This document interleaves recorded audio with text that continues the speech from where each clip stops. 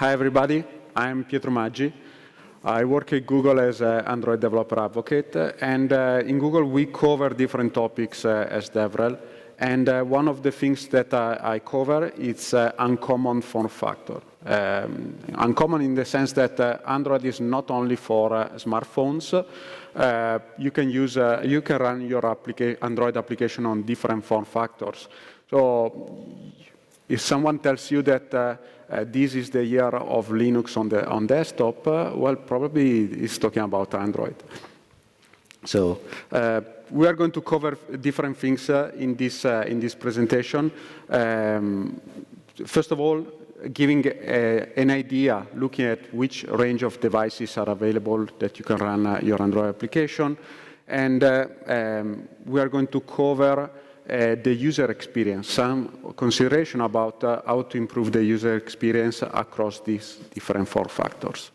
And then we are going to dive deeper into app continuity, that is really about the capability to have a seamless change of configuration on your devices when you work, for example, with multi-windows or multi-display or with foldable devices. And then we are going to cover quickly how to test your application for these features. So let's start talking about different range of devices that Android support. You can run Android application on a lot of different devices. Smartphones, obviously, a tablet, TV, Chromebooks, Chrome OS convertible. So what is next? Probably foldable devices. You have already seen some announcement by some companies. And Android is already ready to support this kind of new form factors.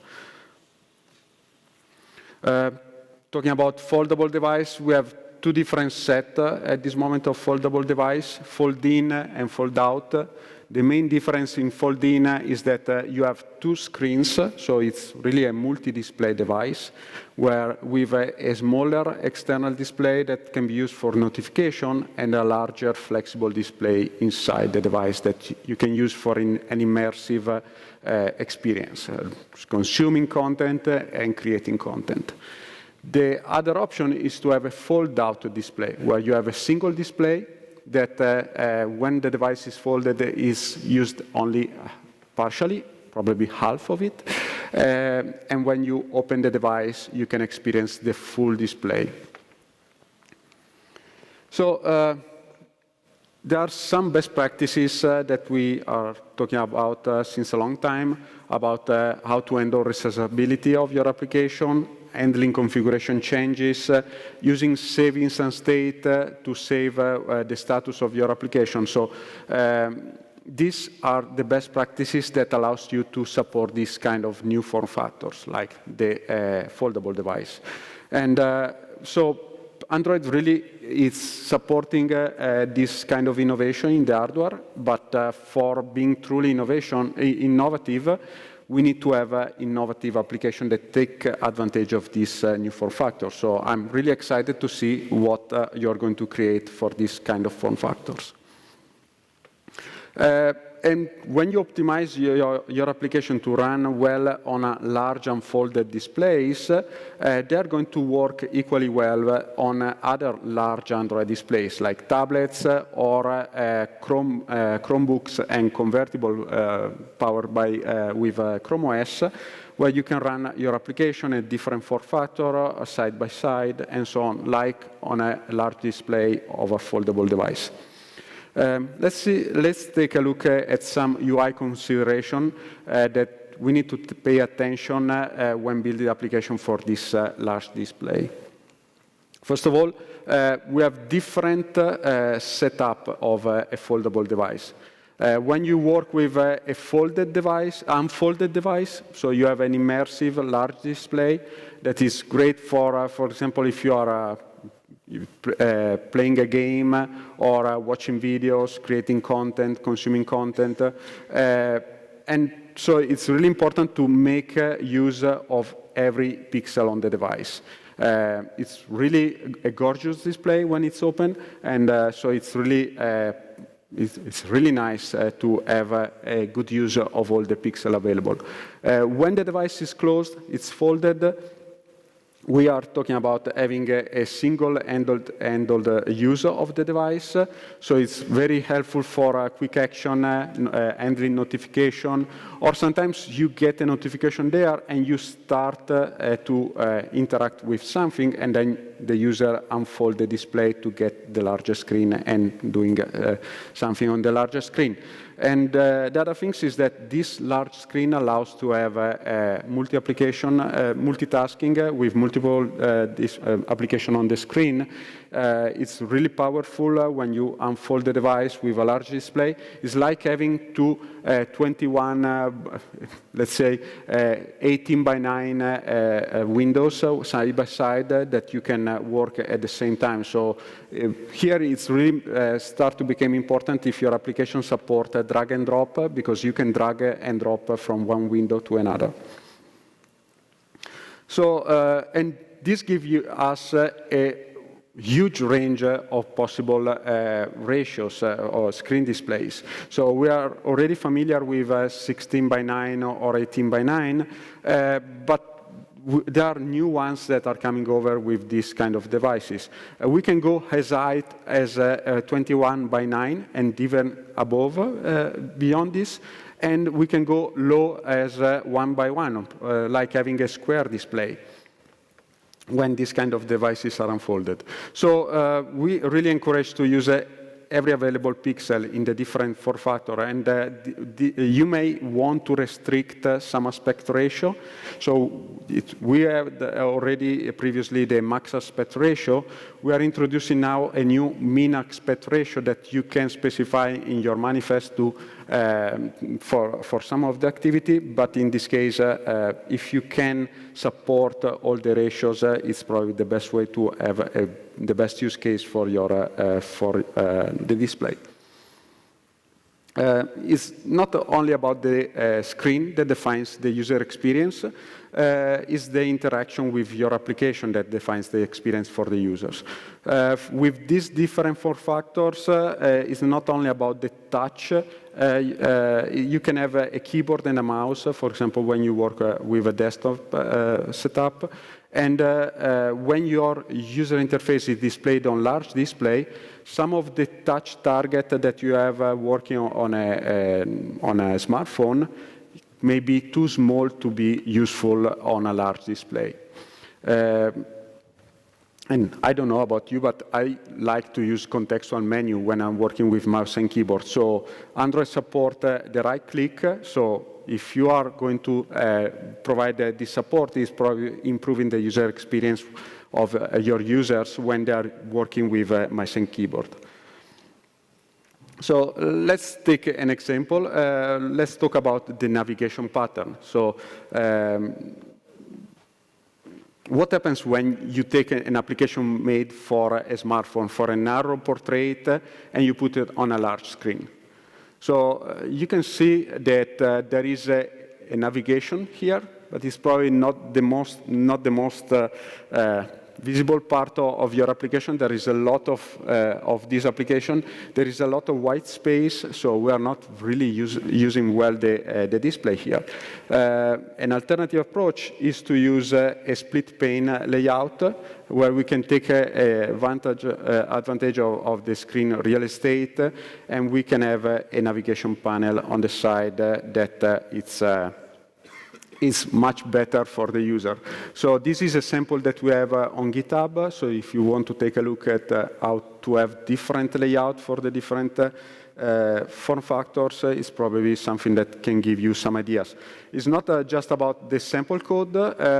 Looking at material design studies, there is a reply. There are even other studies. So you don't have code in this case. It's just the design of this application, of this reply application, but give you an idea of how to provide the same functionalities with different screen form factors. And another case studies that we have done, working with Adobe for optimizing the Acrobat support for large display. Adobe has decided to review even the layout for the smartphone form factor. improving this layout for the portrait devices and improving a lot the support for large display.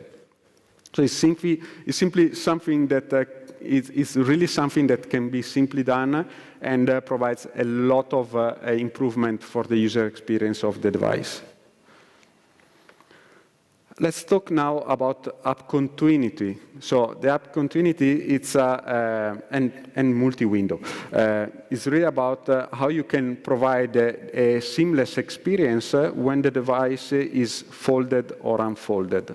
So in this case, we have this fold-out device where we expect that the user expects that if it's doing something on the folded device, when it's unfolded the device, is expected to be in the same application at the same point. If he started to input something, is expecting to have the same input there available in the field. So it's really about choose the right layout for the new display size, restore the position in the scroll views, view pagers, and the tab and the navigations, and if you had a partially filled edit field or keyboard focus, to restore those as the previous status of the device. Another thing is this flag that has been introduced with the multi-window support is a manifest flag that indicates whether an activity can run a different configuration than the global screen configuration. And this is important in multi-window because in multi-window you have a larger display and your activity is shown with a different size, with a smaller size, because you have another application, another activity on the side. So the name is probably not the best because it's even if you set resizable activity to false, the activity is still resizable if you don't when there is a rotation on when the activity is unfolded. So make sure to test the configuration changes. We added a compact mode if you don't want in no way that your activity is resized. In this case, you have the previous settings, so the previous flag, the resizable activity set to false, and you are disabling, you have an orientation locked for your activity. In this case, for compatibility, in Q, we are letterboxing your activity. So the user can still relaunch the activity with this button, with this UI, but we are keeping the same form factor that you had previously, so there is no configuration changes. But obviously, it's probably not the best user experience for your users, and we recommend that you avoid this behavior and you support multi-window by setting resizable equal to true. Talking about multi-window, foldable and Chrome OS large screen size multi-window are more important. I want to talk about some of the changes that we introduced in Android Q. So the first one, and probably the most important, is the one that now if you have more than one application on the screen, all of the applications are in the resume status. So previously, only one was resume. Every other application was on pause. In this case, with Q, we have a new callback that is sent to the application that is the topmost resumed. But you can still have the paused event sent to one of these activities. If, for example, there is a transparent activity on the top of one of these activities not focusable, for example, is a picture-in-picture. But keep in mind that this is the new behavior in Q, and it has been done because the user didn't know exactly which application was the one that was resumed. So it was not easy for the user to understand what was going on. And in this case, if the application, all the different applications are resumed and you have a video playing, the video is not going to stop when you move the focus to a different application. There is some additional things to pay attention that are linked to some exclusive resources, like the camera, the mic, for example. In this case, you can have the application that is resume, but is not the topmost resume, so it can potentially lose the control of these exclusive resources. For the camera, it's important to handle the on-disconnected callback, and use the camera availability listener to reconnect, so without making an assumption on the resume status of your application, because again, more than one application is going to be resumed in a multi-window setup on Android Q. And even if you set resizability equal to false, this does not guarantee exclusive access to these resources, because you can have an activity floating, or you can have a multi-display. So it can be the only application on this display, on a particular display, but you can have a secondary display where there is something else that is running that get the focus and want to access one of these exclusive resources. So this is the new lifecycle callback that has been introduced in Q. Is the on-top resume activity changed? You get true or false depending if this is the top resume activity. And this is, you can see it as the equal to the previous on resume status. So when in Android P you are receiving the on resume, here is when you are receiving on top resume activity. Finally, with the increased multi-window support with this larger display, drag and drop becomes even more important. So we have already the support for drag and drop since a while, and there is a great guideline available online. So please take a look at this guideline. But really, for this kind of large display, drag and drop is really powerful. And I think that I have a short video to show. Let's see if it works. This is, for example, it's one password that they have optimized the experience for the Chrome OS for Chromebooks. And drag and drops really work well in this scenario, where you can use something like one password to drag your application in the login page.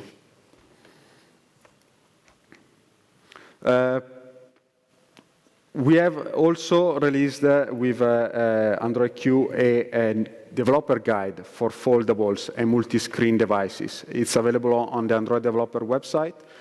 We have put best practices in deep information with all the changes in Q, but there are not really many changes to support foldable display or large screen display. There is a change in that now you have more than one application that is resumed, but a lot of the things that you need to do to optimize your application for a large display or foldable display are there since a long time. So drag and drop was already there. The support, the best practices to save the state of your application and handle configuration has been there for a long while.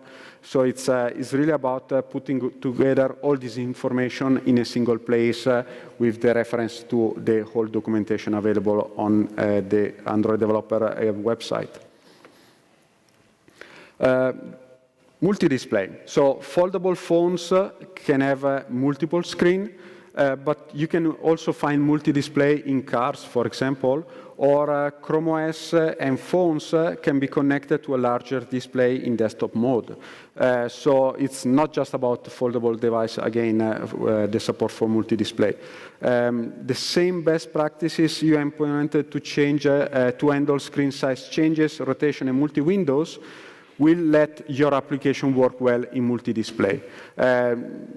It's really about configuration changes, because when you move your application from one screen to another, you get different screen size. You can even get different LCD density, so it can change the density of the screen.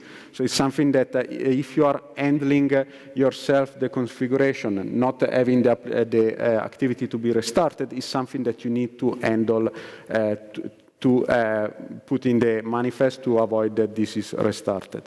So Let's start with the activities. There can be several ways on how one can end up on a different display. On foldables, you can move, your application can be moved between screens when you fold or unfold the device in a folding display, on a folding device. On all the platform versions, a regular start from the launcher or system can create a new instance of activity on a secondary display. If you can find a move an existing one from another display, the behavior depends on activity launch mode defined in the Android manifest and the intent flags and options set by the caller at the start of the activity. The activity context, which is a visible entity, is different from non-visual application context, also available from services and other non-visual components. The context of a visible entity is always adjusted for the display area wherein shown.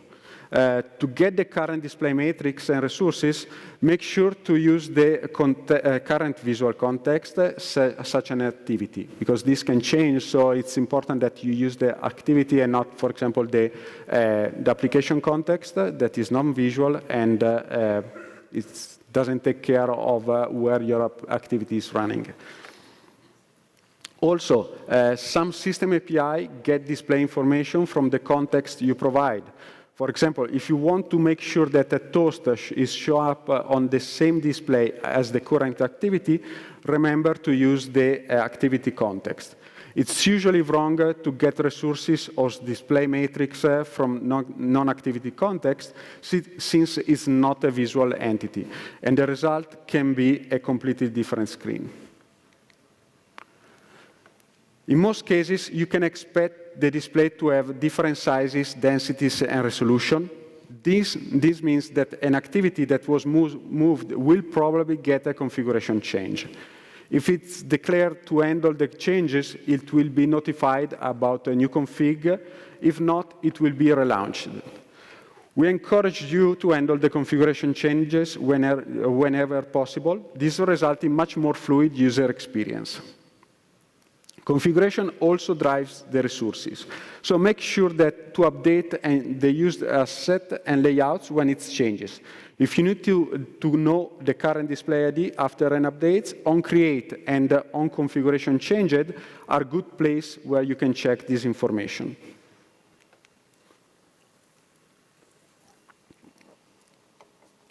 And now, when an activity moves between display, multiple configuration values can change.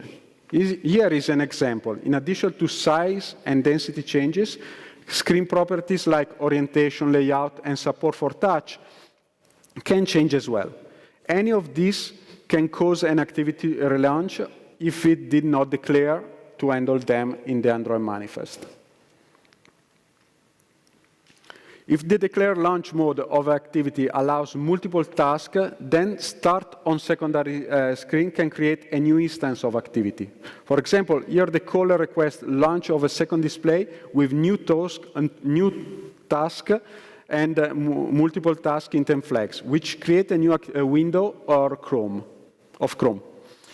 Check what experience you would like to provide to for your application. If you want to support it, consider using a shared source of data with multiple view models and take advantage of other architecture components that are available in Jetpack. Multi-resume application applies even to multi-screen scenarios. Several activities can receive user input at the same time. Remember that activities could also receive input event when it is unfocused state in previous platform version. You can see that if you try to interact with both applications in the split screen at the same time, focus in the system usually defines where untargeted input will go, such as key events from the keyboard. What if you want to use those additional screens? First step is to learn what displays are available in the system by checking with Display Manager. The display may have different characteristics. You can check their flags, matrix, and state to determine if you want to use one. For example, you can look for a large display. to present your media content or filter out the displays that are off. Sometimes the system might restrict activity launches to certain screens. For example, a private display. In this case, a call to a start activity will throw a security exception. In Q, we added a new API to check if the current security restriction would allow the caller to launch an activity on the specific display. Finally, you can launch your activity there by using this activity option API added in Android Q. In Android O, sorry. For launchers, in Q, we added a new category to intent filter to provide a dedicated activity for secondary screen. Instances of this activity will be used on all displays that support system decorations, one per each display. It must have a launch mode that does not prevent multiple instances, and it's expected to adapt to the different screen sizes. A user can set a launcher of their choice, and if it has a dedicated activity, it can also be used on secondary screens. The Android open source implementation of the launcher tree now includes this implementation. There is also a sample multi-display launcher that showcases how to use new capabilities. So, how we can test all of this? For foldable device, we know that it's harder to get the latest and greatest hardware, so especially for foldables, it's a bit difficult. So we added a foldable support in the Android emulator. And you can start building right away. You can start testing your application for foldable use case. You can create a 7.3 and an 8-inch foldable emulator today with Android Studio 3.5 beta. And we will add more screen sizes as more devices are available. So in this case, it's really about having the capability then to test the configuration changes for testing app continuity, testing the compatibility mode, and testing the multi-resume of your application. To test multi-display on real device, in Q we added a new developer option called Force Desktop Mode. When enabled, it will turn on system decoration support on all secondary displays. And will show mouse pointer there, instead of the default display. Combined with enabling freeform windows, it creates a desktop-like windowing experience.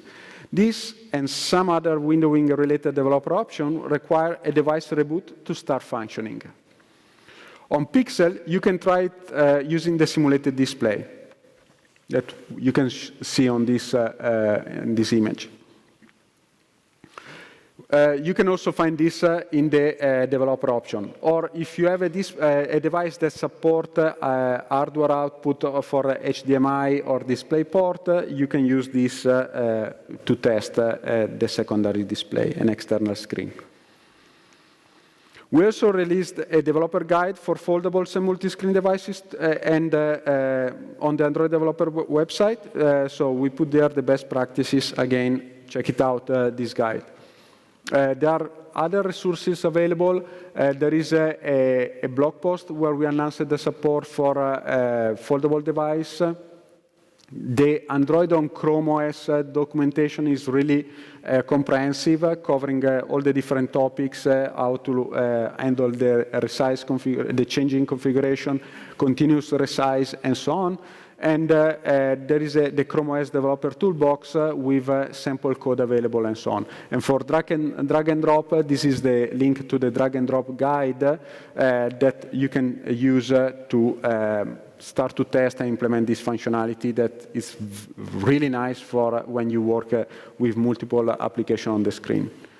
So I rushed it a bit, but this is mostly it. I don't know if there is any question on this kind of devices.